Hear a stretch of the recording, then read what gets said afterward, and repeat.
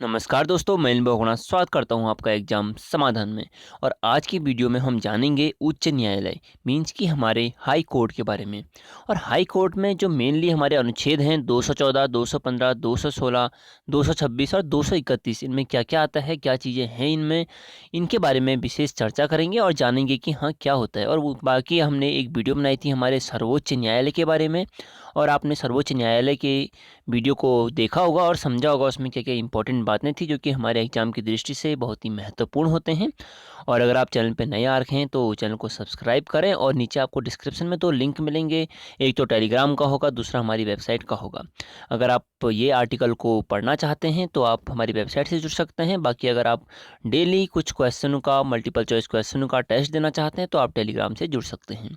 तो दोस्तों, आज करते हैं वीडियो को शुरू और जानते हैं कुछ इम्पॉर्टेंट बातें हमारे उच्च न्यायालय के बारे में। तो जैसे कि आप सबको पता है कि हमारे जो देश में स्ट्रक्चर है हमारा, इसका किसका, हमारे मतलब हाई कोर्ट, सुप्रीम कोर्ट और जो हमारे होते हैं डिस्ट्रिक्ट मजिस्ट्रेट में जो डिस्ट्रिक्ट कोर्ट होते हैं, उनके बारे में क्या हमारा हमारा मेनली यह स्ट्रक्चर है कि सबसे ऊपर जो है हमारा, वो हमारा सुप्रीम कोर्ट आता है। ठीक है, उसके बाद हमारे हाई कोर्ट आते हैं और उसके बाद हमारे डिस्ट्रिक्ट कोर्ट आते हैं। ओके, तो यह हमारा एक स्ट्रक्चर है जिसके बारे में मैंने आपको सुप्रीम कोर्ट के बारे में बहुत अच्छी वीडियो दी है, उसमें बहुत ही अच्छी नॉलेज दे रखी है इसके बारे में, सुप्रीम कोर्ट के बारे में, तो आप उसको देखें। बाकी आज हम जानेंगे हाई कोर्ट। हाई कोर्ट में क्या क्या हमारे अधिकार हैं, क्या क्या इनके जो हमारे न्यायाधीश बनते हैं वो कैसे बनते हैं, कौन उनको हटा सकता है, फिर जो भी चीज़ें इनके बारे में हैं, उनका अधिकार बोलूँ या फिर उनकी नियुक्ति के बारे में, शपथ के बारे में, कार्यकाल के बारे में, सबके बारे में चर्चा करेंगे आगे। तो सबसे पहला पॉइंट तो हमारा इसमें बनता है कि हमारा उच्च न्यायालय किस भाग के अंतर्गत आता है।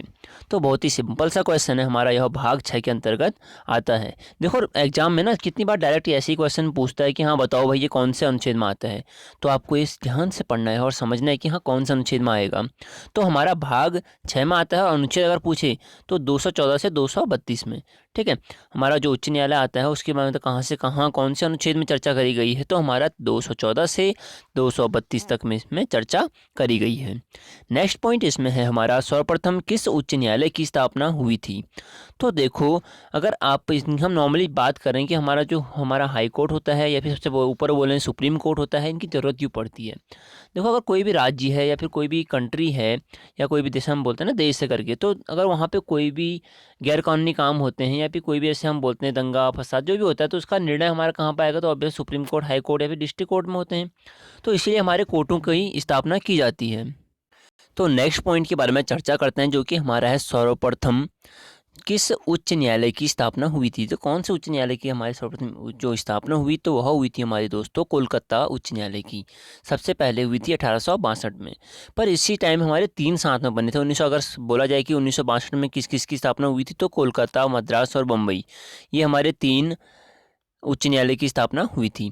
तो एक चीज़ ना यहाँ पे देखना, अगर हम लेटेस्ट में देखते हैं तो मुंबई बोलते हैं, पर अगर इसका पहला नाम देखें तो बम्बई। और जो भी हमारा वहाँ का उच्च न्यायालय मीन्स कि वहाँ का हाई कोर्ट का नाम है, वो भी बम्बई हाई कोर्ट ही होगा, ना कि मुंबई हाई कोर्ट। ओके, तो इस चीज़ को अच्छे से समझ लें। ठीक है, क्योंकि जैसे कि हमारा मद्रास है, मद्रास तो इसका पुराना नाम है, पर अभी प्रेजेंट में क्या है, तो अभी प्रेजेंट में इसका नाम चेन्नई। ठीक है, तो जो हाई कोर्ट का नाम होगा ना, वो तो कोलकाता, मद्रास और मुंबई होगा। जैसे यहाँ पे कोलकाता है अभी प्रेजेंट में, तो पहले कलकत्ता। तो ये देखो, इनका याद रखोगे, सर्वप्रथम किस उच्च न्यायालय की स्थापना हुई थी। तो यहाँ पे कोलकाता की जगह कलकत्ता उच्च न्यायालय की स्थापना हुई थी। कब हुई थी? 1862 में हुई थी। और 1862 में इसी के कुछ ही दिनों के अंतराल में हमारा मद्रास और मुंबई, मुंबई ना बोलेंगे, बम्बई बोलेंगे। ठीक है, हमारा मीन्स हमारा कलकत्ता, मद्रास और बम्बई, इन 3 उच्च न्यायालय की स्थापना 1862 में हुई थी। अगले पॉइंट की ओर चलते हैं जो कि है, प्रत्येक राज्य के लिए एक उच्च न्यायालय होगा, यह किस अनुच्छेद में बताया गया है। तो बहुत ही इंपॉर्टेंट क्वेश्चन है, आ सकता है एग्जाम में, क्योंकि यह थोड़ा सा अलग क्वेश्चन है यहाँ पे। तो अनुच्छेद 214 में यह बोला गया है कि प्रत्येक राज्य के लिए एक उच्च न्यायालय होगा। मीन्स कि क्या है कि हमारा इसमें मेन पॉइंट आप समझने वाली बात यह है, तो प्रत्येक राज्य में क्या हुआ, एक हमारा उच्च न्यायालय होगा, ये तो बोला गया इसमें। पर इसमें नेक्स्ट पॉइंट अगर हम देखें, कुछ ऐसे इंपॉर्टेंट पॉइंट होते हैं, जैसे कि यहाँ बोला गया है कि प्रत्येक राज्य, वैसे हम क्या बोल सकते हैं कि 2 या 2 से अधिक राज्य के लिए भी हमारा एक उच्च न्यायालय हो सकता है मिश्रित रूप में। वो अभी हम आगे आपको चर्चा करेंगे। पर नॉर्मली आप याद रखो कि अगर किसी एक राज्य के लिए उच्च न्यायालय की बात करी गई है, कौन से अनुच्छेद में बोला गया है, तो यह अनुच्छेद 214 में बोला गया है। अगला पॉइंट हमारा, प्रत्येक राज्य में एक उच्च न्यायालय की गठन किस अनुच्छेद के तहत किया जाता है? ठीक है, प्रत्येक राज्य में जो उच्च न्यायालय का गठन, पहला उसमें क्या था कि एक हमारा उच्च न्यायालय होगा, यह कौन सा अनुच्छेद में बोला गया है? तो यह हमारा 214 में बोला गया। अगर गठन के बारे में बोला जाए तो गठन हमारा 216 में किया गया है। ठीक है, गठन के बारे में अगर बात करी जाए 216 में, तो इनको थोड़ा सा याद रखें कि अगर होने के बारे में बात करी जाए तो 214 में, गठन के बारे में बात करी जाए तो 216 में।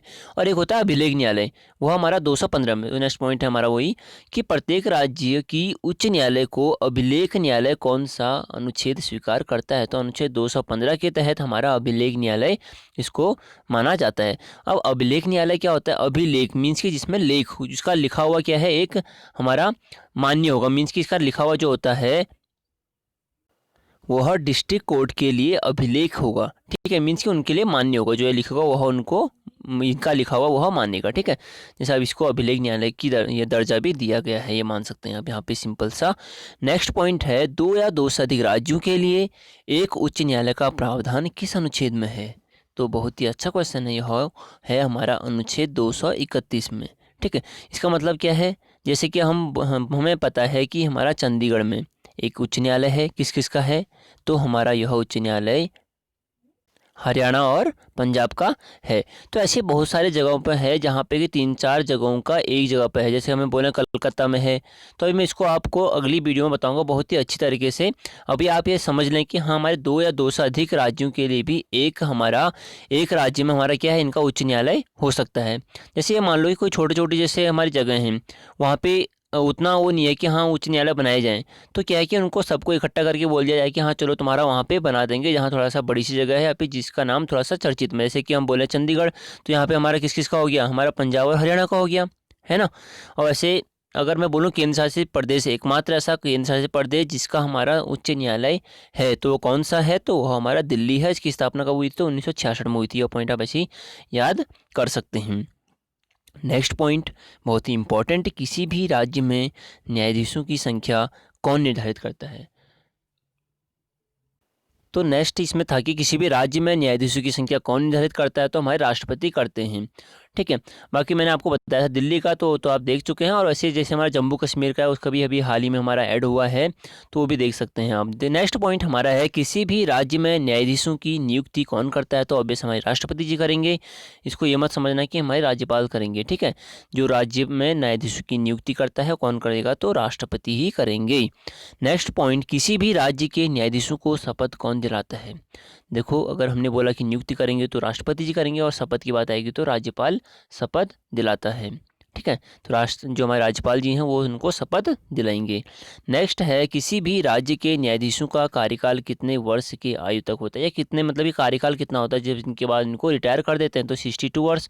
और इससे पहले हमने पढ़ा था सर्वोच्च न्यायालय के बारे में, जिसमें इनका था 65 वर्ष। ओके, तो ये अपन यहाँ पे रिलेट करके याद कर लें कि वहाँ 65 और यहाँ पे 62 वर्ष है। अगला पॉइंट है, वर्तमान में भारत में कितने उच्च न्यायालय हैं?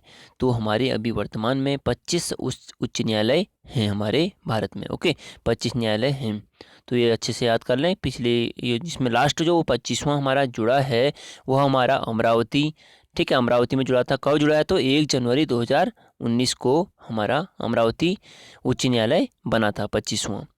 अगर हम बात करें कि मणिपुर, मेघालय, त्रिपुरा में उच्च न्यायालय की स्थापना कब हुई थी? तो यह हमारी 2013 में हुई थी। ठीक है, इसको आप ऐसे भी याद कर सकते हैं एमएमटी करके। एमएमटी में हमारा 2013 में उच्च न्यायालय की स्थापना हुई थी। नेक्स्ट पॉइंट इसमें हमारा जो दिख रहा है वह है, तेलंगाना राज्य कब बना था? देखो, 2 जून 2014 को तेलंगाना राज्य बना था। यह इंपॉर्टेंट पॉइंट है, इसको मैंने इसलिए यहाँ पे डाल दिया। अगला पॉइंट है, उच्च न्यायालय को रिट कौन सा अनुच्छेद के तहत प्रदान किए गए हैं? मीन्स की जो हमारा उच्च न्यायालय रिट जारी करता है वह कौन से अनुच्छेद के तहत जारी कर सकता है? तो यह हमारे हैं अनुच्छेद 226 में। और 5 प्रकार के रिट जारी कर सकता है, यह आपको मैंने पहले भी बताया था, जिसमें हमारे क्या क्या थे? बंदी, प्रत्यक्षीकरण, परमादेश, प्रतिषेध, उत्प्रेक्षण और अधिकार पिच्छा। यह हमारे 5 प्रकार के रेट हमारे उच्च न्यायालय और सर्वोच्च न्यायालय भी यह जारी कर सकता है। बाकी नेक्स्ट पॉइंट हमारा, किसी भी राज्य का कोई न्यायाधीश अगर त्यागपत्र देना चाहता है तो वह त्यागपत्र किसको देगा? तो जो त्यागपत्र देगा वह हमारा राष्ट्रपति जी को देगा। ठीक है, हमारे मतलब नियुक्ति कौन करेगा? तो राष्ट्रपति जी करेंगे, है ना। ये आप पढ़ चुके हैं कि राष्ट्रपति जी नियुक्ति करते हैं, राष्ट्रपति जी को ही और त्यागपत्र देगा। अगर बोला जाए शपथ की बात, तो शपथ हमारे कौन देंगे? तो शपथ हमारे राज्यपाल देंगे, है ना, राज्यपाल देंगे। और हमने इनका देखा कि कार्यकाल जो होता है वो हमारा 62 वर्ष पढ़ चुके हैं। यह पॉइंट आप इनके बारे में अच्छे से याद करें, है ना।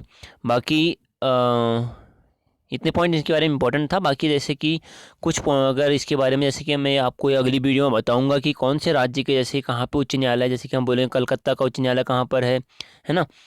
तो कलकत्ता, या हम बोलेंगे कलकत्ता में किस किस का उच्च न्यायालय, जैसे कि अंडमान निकोबार इनका है उस वहाँ पे। ठीक है, और या बोले मद्रास, तमिलनाडु, हमारे पुदुचेरी इनका उच्च न्यायालय है। तो किन किन राज्यों का उच्च न्यायालय कहाँ कहाँ पे है, जो हमारे इसमें सिंपल से होंगे।